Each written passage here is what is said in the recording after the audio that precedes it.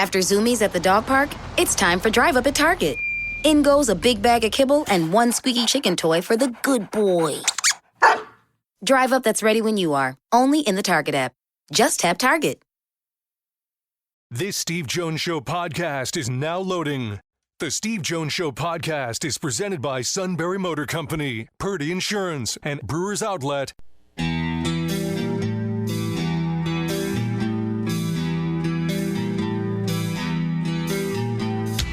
Bringing you an in-depth look at Penn State sports and more. This is the Steve Jones Show on News Radio 1070 WKOK. The Steve Jones Show is presented by Purdy Insurance, Brewers Outlet, and Sunbury Motor Company. Now from the Sunbury Motor Studio, here's Steve Jones.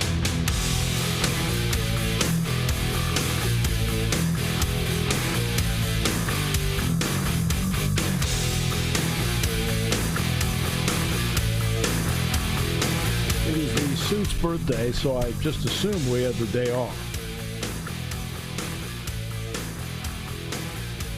Our version of Christmas in July.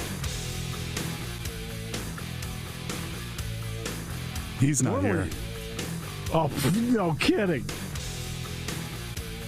He's the, and I mean this in all sincerity. So this is, I'm not joking around on this. You know, I'll kid around a lot because I think the world of the guy. But he's the first guy I ever worked with that like made such a big deal out of his birthday that he took the day off. I'm not going. Took the day off. I remember the first time it happened. I was like, he took the day off for what? This was his birthday. I'm not going. Okay. You know how many times I worked on my birthday? Including weekends?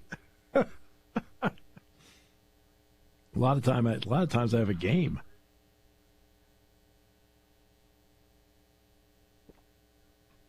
But yeah. Now, do you take your birthday off? No, I was here. It was Sunday, but I mean, it was Sunday. Yeah. Oh, okay. Well, by the way, my friend, happy birthday. Well, thank you. Hey, we have Jon Sauber on the line. Yeah, I know. I just want to be. No, I want to at least establish like the knucklehead is having his birthday. Yeah. It's like, I mean, I'm surprised we had to work today. Hey, it happens. I mean, come on. Just figure out we could steal one, right? Maybe. We get next Wednesday off. That's true because of the golf tournament. And to make it even better for me, just almost like Penn State football planned it, there's no practice that day. There you go. Like, I love it. That's great. Okay, so we'll get rolling with this part. Get to John in 1 second, because we want to tell everybody that this half hour is being brought to you by our good friends at Sunbury Motors. Sunbury Motors, 4th Street in Sunbury. Sunbury Motors, Kia, routes 11 and 15, Hummels Wharf, and online at sunburymotors.com. Ford, Kia, Hyundai, the best in new inventory, great pre-owned inventory with the Sunbury Motors guarantee. Terrific service department that backs it up every step of the way. It's Sunbury Motors, 4th Street in Sunbury. Sunbury Motors, Kia, routes 11 and 15, Hummels Wharf, and online at sunburymotors.com. Hello, John. How are you today? I am doing fantastic, Steve. How are you? Whoop. Hello, John? Oh, yeah, you got me. Sorry. It broke up there for a second. There we go. I'm doing great, Steve. How are you? Good. The piece that you wrote about James Franklin, getting to know him and about his life before Penn State, it was illuminating, I think, for most people. What stuck out to you about, from your point of view, what stuck out to you about that profile? Yeah, I think, honestly, a lot, right? Like, it was a long conversation. It was illuminating, right? Like, I had known some of the story, but I didn't know everything. And I think, you could see it kind of explains who he is, right? Like, who he is, his personality, his passion for what he does, how much he cares about his people, really was explained, I think, by a lot of the stuff he told me. One of the things that really stuck with me was I had a line in the story, something about, when he's all in on someone, essentially he's all in on them and they mean everything to him. And I think that's what stuck out, right? Like once he doesn't have a big circle, but once you're in, like you mean everything to him. And he, kind of will go to great lengths for the people that mean the most to him. Yeah, I think that was important about it. I think the relationship with his parents important. I think it explains why. I mean, he is a tremendous father, and you can see being a father means a lot to him, and I think that came out in the article. Yeah, I think that is it drives him, right? Like he talked a lot about how there are statistics that prove essentially you spend so much time running away from becoming this person that was a major part of your life. For him, it was his father, and he was trying to sort of run away from it. And there are stats that prove essentially the more educated you are, the more likely you are to break the cycle. And so that was important to him, and getting his education and furthering his education that way, going to college and everything. But yeah, I thought it was, I think it's very clear, like a lot of what motivates, who he is as a father is proving that doesn't have to be the way, right? Like that you don't have to be like that, how his father was. And I think that's led to him being the type of dad he is now.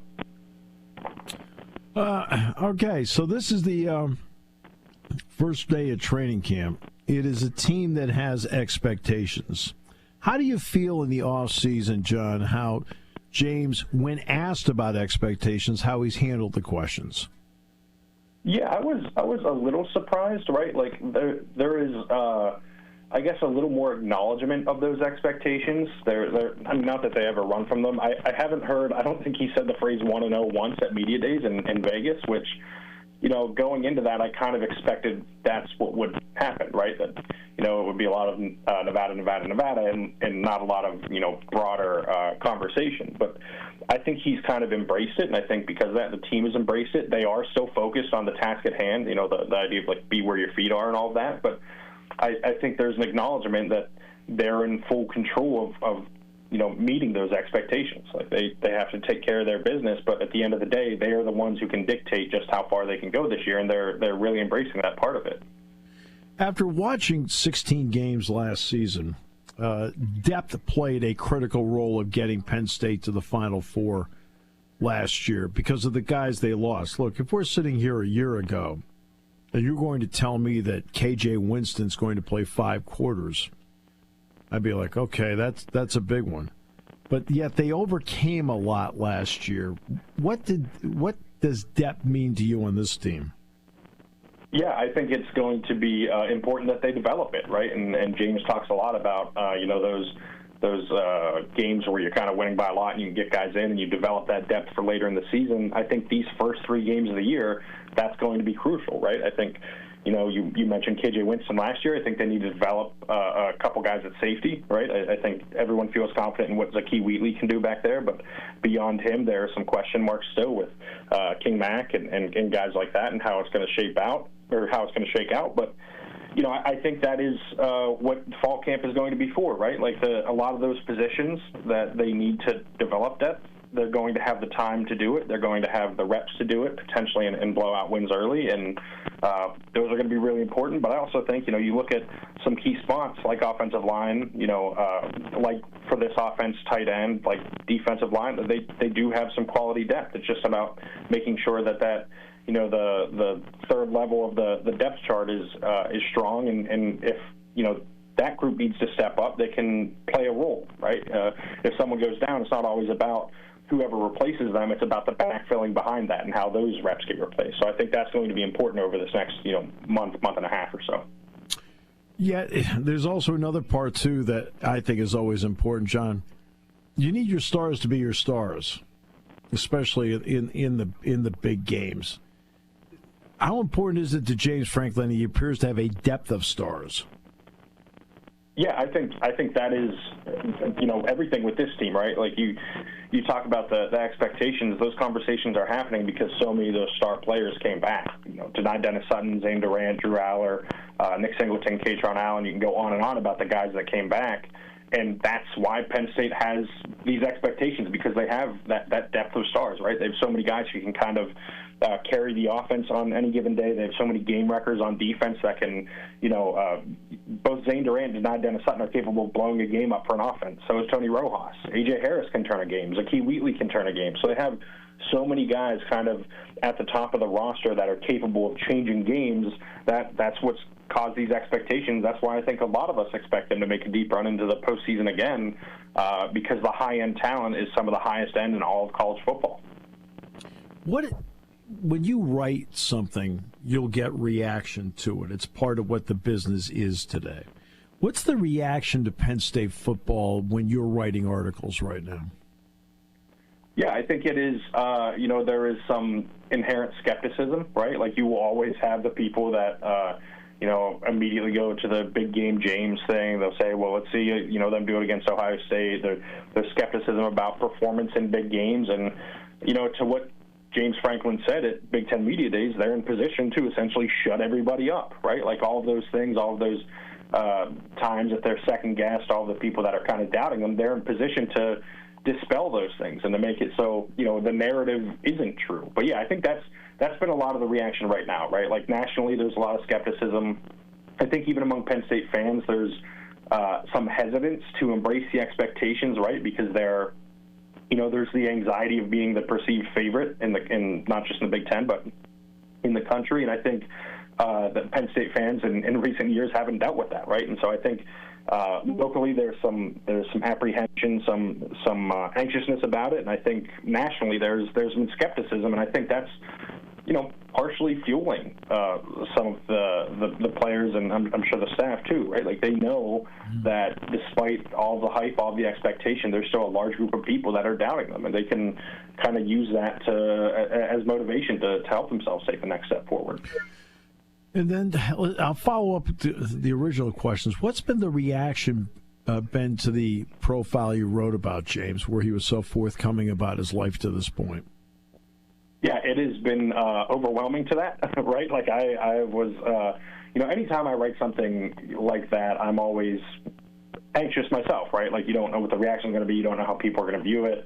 You want to do the story justice. But I think the reaction to that has been pretty incredible. I think it's been a lot of what, we said at the top about, like, people kind of understand James now. There's a level of, like, oh, that makes sense. You know what I mean? Like, they read the story. I think most people didn't know all of the story. I think I doubt anyone knew really the entirety of it, but most people barely knew any of it. And so I think that has kind of it kind of has a chance to change the shape of the conversation about James Franklin, and I think it has to this point. I think, the reaction, one to the writing, I'm very appreciative of that, has been fantastic, but to his story, I think has been one of kind of acknowledgement and one of, resetting maybe the consensus about, for lack of better phrasing, like, why he is the way that he is. Was there a question that you asked him that you were surprised he answered it? Yeah, I asked him. He told me that essentially the cycle of his parents, separating, getting back together. I think it was 2nd, 6th, 9th, and 11th grade. I asked him. It's obviously a very sensitive subject, right? And you don't want to, infringe upon someone when you don't want to overstep a line, I guess. But I asked him. I said, in 11th grade, what was the thing that changed it? And I don't know that I expected him to answer it. I don't know that I expected him to be as detailed as he was about it, right? Explaining that it was a physical confrontation. I kind of expected it to be like, something happened and that was it, right? But no, he was open about that there was a confrontation. I think the line in there about everyone was scared of him, scared of his dad, I should say, is powerful. And I think the line about, him being bigger than him, and that, there was, I didn't include this part of the quote, but essentially there was this reaction from his father that was like, whoa, like, what's happening? Like, things are changing. You know what I mean? Like, there was an acknowledgement from everyone that power dynamic in that instant changed. And so, he was so honest throughout the interview. He was so open, I should say. He was so detailed with so much stuff that by the time we'd gotten to that point, I didn't know that my expectations at the time were that he weren't answered, but I know going into it, I didn't know that I would find out that level of detail with kind of the final separation. And what did sports mean to getting him away from certain things and starting to become his own man? Yeah, I think it's interesting, right? Like, I almost don't know that sports were, based on our conversation, this major part of it, right? It allowed him to have an outlet, of course, like, because football is an intense and a violent sport, but I think it allowed him really to connect with people more than anything. You know, there was an opportunity for, his two of his best friends, one childhood friend, Muddy Gardner, that I think a lot of people know, but two, Mike Santella, who's the offensive line coach at East Stroudsburg. Yeah. Santella didn't play football at East Stroudsburg, right? Like, he was just his roommate in school, and he was a high school coach at the time, and so they built that relationship that way. But, yeah, I think it was just an opportunity for him to build relationships with people and to find success in something, because when, he was, sort of doubted by his father, right? Like, there's this inherent, lack of confidence that can come with something like that, and he didn't let that impact him. He had the confidence to go and be the quarterback, at East Stroudsburg and have success, and then to get into coaching and everything. So I don't know that, you hear a lot of these stories and there's a direct, one-to-one, like, football is the escape. I don't know that he ever described it that way. Maybe he does feel that way, but that was never really, a major thing for him. It was really just that, football ended up being what he fell in love with, and something that he wanted to be around later in life. Kind of became consumed by it. And then the people he's surrounded himself by. He's had some people around him that have been with him day one, and I mean day one Vanderbilt. What have they meant to him? Yeah, that is his circle, right? Like I said, once you are in, and they're kind of his support system. I go back to Santella being his college roommate, someone that he talked to all the time. They had actually spoken, a lot long before that I spoke with Santella for the story. I think of Dwight Galt, who was obviously a long-time strength and conditioning coach here at Penn State, and then I was at Vanderbilt, but knew him at Kansas State too, and all of these people that when they're, like I said, once you are in the circle, you're kind of in it for good, and he will go to great lengths, and they've supported him, and I think part of what he really appreciates, especially about Santella and Gardner, is that, he's not necessarily Penn State head coach James Franklin to them, right? He's just James. And so he has those guys that he can kind of rely on to just be himself. He is not the sort of put on the pedestal, I guess, like other people put him. He's not viewed as like anything other than their friend. And I think he really appreciates that about both of them. Did you get a sense to him what loyalty means to him? Oh, it's everything. I think that was abundantly clear, right? Like, he is loyalty is, it is a major part of who he is. It's, he expects it, but he also gives it. He is fiercely loyal to the people that mean the most to him. He is not one to abandon people.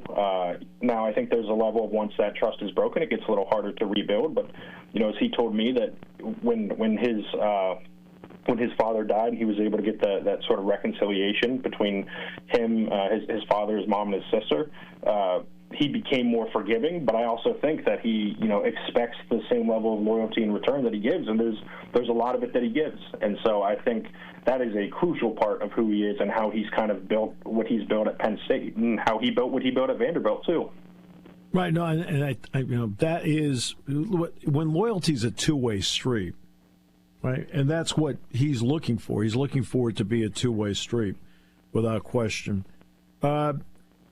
Questions in this training camp that you'd like to see answered in the first few weeks of the season, what would they be? I think it's all about those wide receivers, right? I think for another year, this is kind of the question that looms over everyone. I think we all have higher expectations for the transfer receivers and the receivers coming back, but I think, until we all see it on the field, there's going to be some doubts. And so I think those receivers stepping up and allowing the offense to take the next step forward is the biggest thing I think that we're all going to be looking for over. And like you said, I don't think it's just camp either. I think it's those first few weeks of the season, that'll be pretty impactful with that. John, always a pleasure. Tremendous. We appreciate it very much. Thank you so much, Steve. Always appreciate coming on. Jon Sauber, he wrote a tremendous, really an outstanding piece on James Franklin about who he is, how it's shaped how his life shaped who he is today. All of his experiences, pro and con. And John was able to put it all together in an outstanding piece in the Center Daily Times. This half hour brought to you by Sunbury Motors, 4th Street in Sunbury, Sunbury Motors Kia, routes 11 and 15 in Hummel's Wharf, and online at sunburymotors.com as we continue on News Radio 1070 WKOK. Your summer just... Gatorade is the #1 proven electrolyte blend designed to hydrate better than water. So you can lose more sweat and raise your game.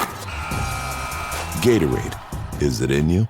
got better with Kia Bonus Cash at Sunbury Motors Kia.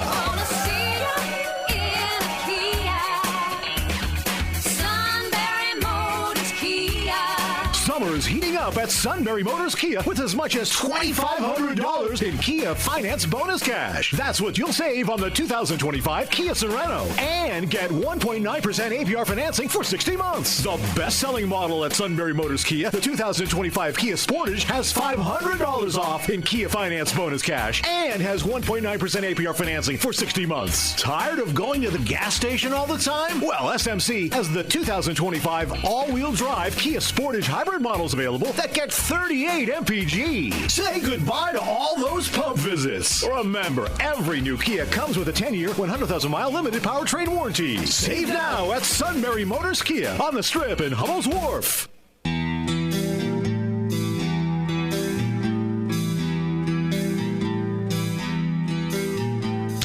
Bringing you an in-depth look at Penn State sports and more. This is the Steve Jones Show on News Radio 1070 WKOK. The Steve Jones Show is presented by Sunbury Motor Company, Purdy Insurance, and Brewers Outlet. Now from the Sunbury Motors Studio, here's Steve Jones. And we welcome everyone back. This half hour brought to you by Purdy Insurance, Market Street in Sunbury. Go to purdyinsurance.com. A week from today, we'll be at the Purdy Memorial Golf Tournament to benefit the Greater Susquehanna Valley YMCA. Giving back to the community is so important. And also as a public service announcement, and also to wildlife, the suit, I believe, is playing. Actually, it sounds like I replace him. You're replacing him? Yes. Well, no, to wildlife, you're safe. I don't know about that. If I was a worm, I'd be scared. Believe me. The guy hit a bridge twice. I still say that's partially skill. What skill that is, I don't know, but... Ay. Yes, but the bridge was to the left. The green was to the right. He wasn't hitting it over the bridge to get to the green. He was aiming that way. Maybe he needs just to turn his body a bit. Like, face the building, and then it'll go the right way. Ah, mercy. Yeah. But, yeah. And Auto Home Light Business Boat Motorcycle RV Medicare, they help with all of this because we have a multitude of insurance needs, not just a insurance need. Okay? All at Purdy Insurance, Market Street in Sunbury. Go to purdyinsurance.com. Which is a better story, the suit writes, a hole-in-one on a par 3 or hitting a bridge twice on a par 3? Well, I've witnessed both because Jack Ham got a hole-in-one on number 10 at Sunny Hannah. I found that to be exhilarating. I found hitting the bridge twice on a par 3 to be pure terror. Because all of us were covering up and diving for cover left and right. Everybody duck! There's exhilaration and there's terror times 2. No, it's a different kind of exhilaration. No, it's terror. I'm walking up to tee up my ball, and I'm watching Jack's ball roll into the hole. I'm like going, and of course we're on the same team, and unlike the suit, I root for my teammates. I'm like, all right. I think we're going to win this hole. Meanwhile, he hits it. And, I mean, when you have to make a decision, lower or facial, what do you cover up first? That is a split-second decision. I opted for lower. I've got a face for radio. Twice. I was going to say, you can do the Penn State game with a knot in your head. Oh, I almost had to. Yeah. Like, what are we doing? I mean, the first time he did it was like, you got to be kidding me. The second time he did it a year later, I thought to myself, this has to be nearly impossible.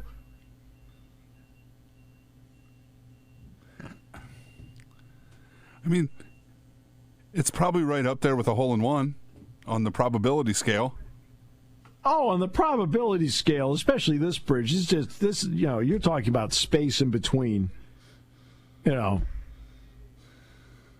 metal. I mean, there's a lot of space. The fact that he clunked it twice, it really is an extremely difficult shot to do.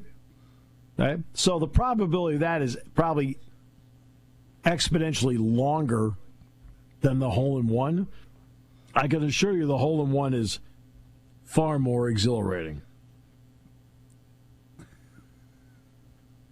As opposed to, oh my God, everybody duck and run. Normally, oh my God, everybody duck and run does not lead to highlights. Hit the left side, rolling toward the hole, and in. Now that's exhilarating, leads to highlights. All of us got to sign the flag, the whole thing, right? He hit the bridge twice, and all we were trying to do was wipe all the grass and dirt off of us because we had to dive to the ground in fear. Maybe he's working on the point of getting the ball off the bridge into the hole now. Maybe he was working his angles off the bridge. No, he was trying to slice it because he had such a bad slice. He was aiming left. I'm thinking he's up in the tee box. And looking at him, thinking. I mean, I could see with him with a driver doing that, but like with I don't know. I don't even know what club he hit. I know what club I hit on that hole. I normally hit 8-iron, but I don't know what club he was hitting. And he was aiming left. I'm like, I know he has a slice. I've got that part, but like with an iron? I don't know. It was 2 years in a row. It was different. I don't even know if that's my favorite one. My favorite one was when we had lightning. We have lightning going on. You know about this one, don't you, Todd? I do. And he's driving the cart. So there's like all this lightning starts forming. We had, I said, well, we have to go back. And he pulls under a tree. I'm like, what are you doing? He goes, well, it's starting to rain. I'm like, I said, get up, move over. I took the cart. I sprinted that thing back up through the rain, back up there. Because we're under a tree. There's lightning. What are we doing here? Oh. You ever hear the Lee Trevino story about being struck by lightning at the Western Open? You ever hear that one? I've heard it, but it's been a while. The way Trevino tells it. He tells everybody that the week before,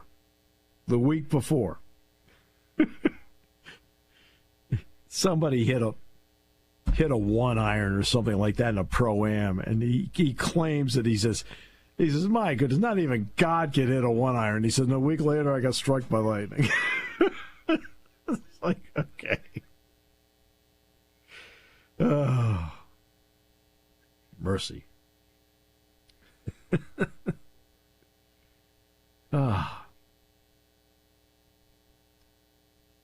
Yes. What's a better story, a hole-in-one on a par 3 or hitting a bridge twice on a par 3?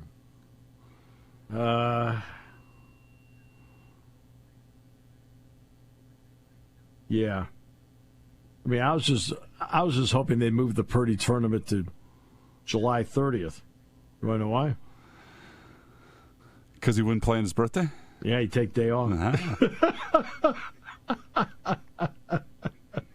He is the first person I've ever worked with, and he's not the last, but he's the first person I've ever worked with that took his birthday off, like it was a holiday. Like, okay. What? I like to save them when I have plans. Yeah, but again, now it's a trend all over the place. I work with a lot of people left and right that take their birthday off. The suit was a millennial before his time. I mean, you talk about leadership. Talk about leadership. Very impressive. Very impressive. Ahead of his time. But I just kind of... I was like, where is he? He's doing what? Then he started to take the week off. You ever hear that one? Well, we didn't go that far this year because he was here yesterday. Oh, I know. No, wasn't there something everybody had to be at yesterday? Well, I don't think so. The Knobles thing was last week. It was last week. Okay. Yeah, I do an excellent job, by the way. Keeping in touch with what everybody's doing. Yeah. Big memo guy. Oh, yeah, that's me. Yeah, that's me. Big memo guy. Oh, goodness. So they're going to have, I think, 25 of these practices? I think in the end, at least. I think I gave everybody an idea when camp ended yesterday, right? Yeah. Yeah. Because that's the transition time. Camp ends and you make the transition now to start doing some game week stuff, which also means that the red light, yellow, green comes into play, and that's also the same time that guys end up on scout team. And that is emotionally tough for some guys, where they end up on scout team. And I've seen guys where it takes a little bit to get out of a funk.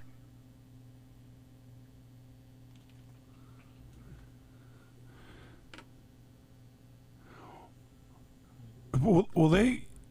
I was actually going to ask, would they wait a little longer this year just because of those first 3 home games? And I know you don't like to get ahead of yourself, but you feel like you're going to play a little more people. And they really don't go onto the road to October, right?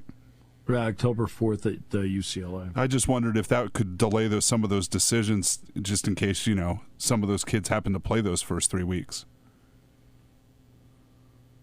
I guess you have 4 games, not 3, huh? You have 4 games, and sometimes what James will do is he'll play somebody 2. Yeah. Right. And save for later in case needed.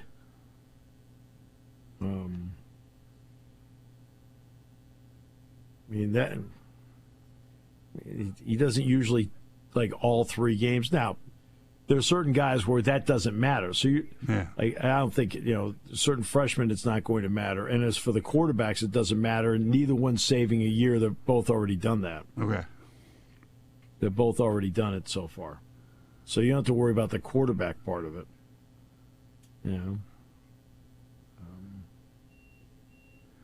Like we talked, they're looking for some defensive line depth yet, I would assume. I just wonder if that allows a couple of those guys to play a little longer before they have to make some of those decisions.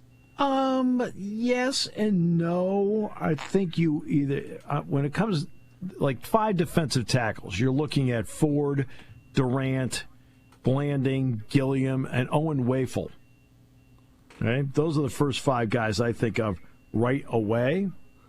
Right? Defensive ends, Ivan Camacho, Jalen Harvey, Zariah Fisher, Anae White, Denai Dennis Sutton, and Malachi Williams are guys I'm going to be looking at right away. I know a lot of people are going to want to know about Daniel Jennings, but I've never seen him play, so I don't know.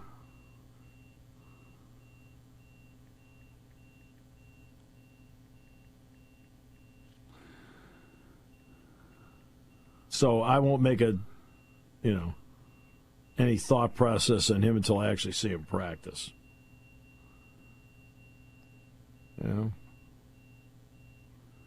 And today will just be a regular practice. It's not like conditioning or anything, right? No. Well, there's acclimation. You have to do acclimation, right? But it's still a practice. Yeah. Right. But it's but you have to do 5 days of acclimation. At least the first day is going to be a good day to acclimate on. Oh, yeah.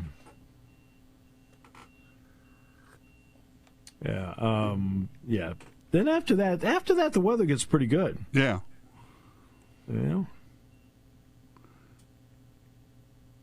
Just got to get through the rest of this afternoon. Yeah, get through this afternoon. Good. I mean, maybe we'll see a couple thunderstorms tomorrow. But that's fine. Yeah. As I said to my wife, it doesn't get from this humid and hot down to the 70s without a little rain. Right, exactly. Yeah. And that's that doesn't bother me. And they're like the Steelers. If it rains, they're practicing. The only way they're going to inside is if it rain, if it's lightning. Oh yeah. Yeah, and I mean there are times where it rains, and he'll do part of the practice inside. Then he'll take part of the practice to go outside. So,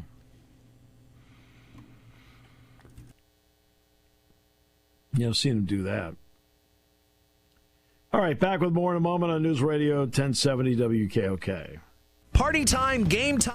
Just fun time. Doesn't matter what time it is because it's Brewers Outlet time. The beverage supermarket has the area's largest beer selection. Imports, microbrews, ciders, and domestics. Pick from over 100 ice-cold 12-packs and dozens of 24-ounce singles. Soda, snacks, hot sauces, fresh roasted peanuts. Make it one-stop party shopping, and don't forget the pickle bar. So whatever you're celebrating or just doing it up, Brewers Outlet, Reagan Street, Sunbury wants to see you. And thank you for your years of patronage. Hi, this is Season. For over 100 years, the Purdy Insurance Agency has been protecting families and businesses of the greater Susquehanna Valley and beyond. With the experience of our trained and knowledgeable staff, you can rest assured that your needs will be evaluated and met by some of the industry's best representatives. No matter what your insurance needs are, call Purdy Insurance today at 570-286-5855. Visit our website at purdyinsurance.com or check us out on Facebook to see what we can do for you.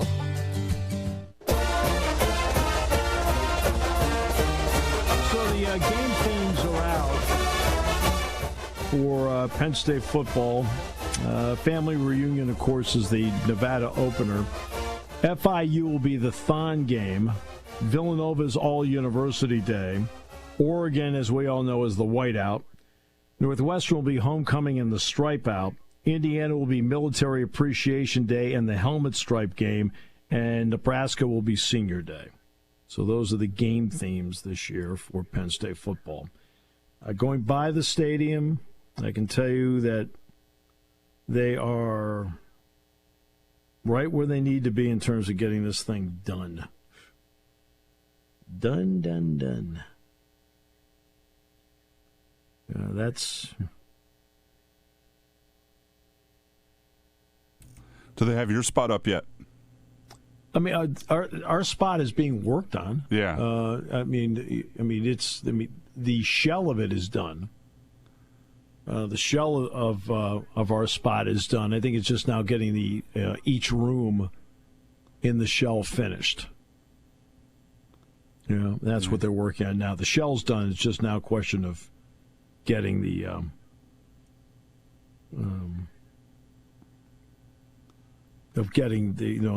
each one of the boxes from TV to radio and so forth finished as to what needs to be in there. Putting in the electronics, the soundproofing, the Ethernets, cable, so forth. You know what I mean? Yeah. All that stuff. And they have to make sure that everything that's put in down below the mult boxes for TV have to be installed as well. So that's what they're working on. Yeah. And what was the other thing that wasn't quite done when last time we talked about this? The temporary press box? Well, I think that's now done. Yeah. On the east side. I think that's finished because they were deep into working on that when I did the blue-white game. Because our area where we did the game from was a construction area. And I think I believe that's finished. So that's fine. I think that's finished now. And the seating, they've got that seating up now. Obviously locking it into place and so forth. I also was told that by somebody, and I don't know if this is true or not, but we'll find out. We'll find out that I guess we get an elevator up. Now, I don't know if the fans do or not, but I guess we do. Okay. Hey, look, I can walk up. I have no problem. I've done it before. Did I ever tell you the story about after 9/11? Jack and I would there's a stairwell from the old press box that came down. Normally it's roped off. Well, it got to the point it'd be so many people at the elevator, Jack and I would just go up the stairs and go in the back door on the first floor. Right? So after 9/11, we go up there. And naturally, of course, after 9/11, it's a little different security situation, right? And so we get up there. The door's locked. Now, do you think the two alpha males decide that they're going to walk back down? No. The two of us, boom, boom, boom, boom. Boom, boom, boom, boom. And kept doing it. They finally came there. Oh, you two guys. They let us in. Stubborn. Stubborn, I tell you. I'll be honest, I don't know how often I rode that elevator for that reason. I usually just did walk the steps because it usually ended up being quicker. Yeah. Yeah. Believe me, it did. It is quicker going that way some days. It had to stop at all the floors and let the people in the boxes off. And oh, yeah. Well, that's going to be the issue for the media, I think. On the east side, because all the luxury suites are still there. I mean, vast majority of them, except the ones converted over. Get there early. I mean, I don't know. My brother was still in school there, and I used to go down to their tailgate and then walk up and be right at kickoff. And you could not get in those elevators about 2 minutes before kickoff. Well, fortunately, we're on the air 90 minutes ahead of time. Yeah, you're all right. You were all right. We're good. We're good.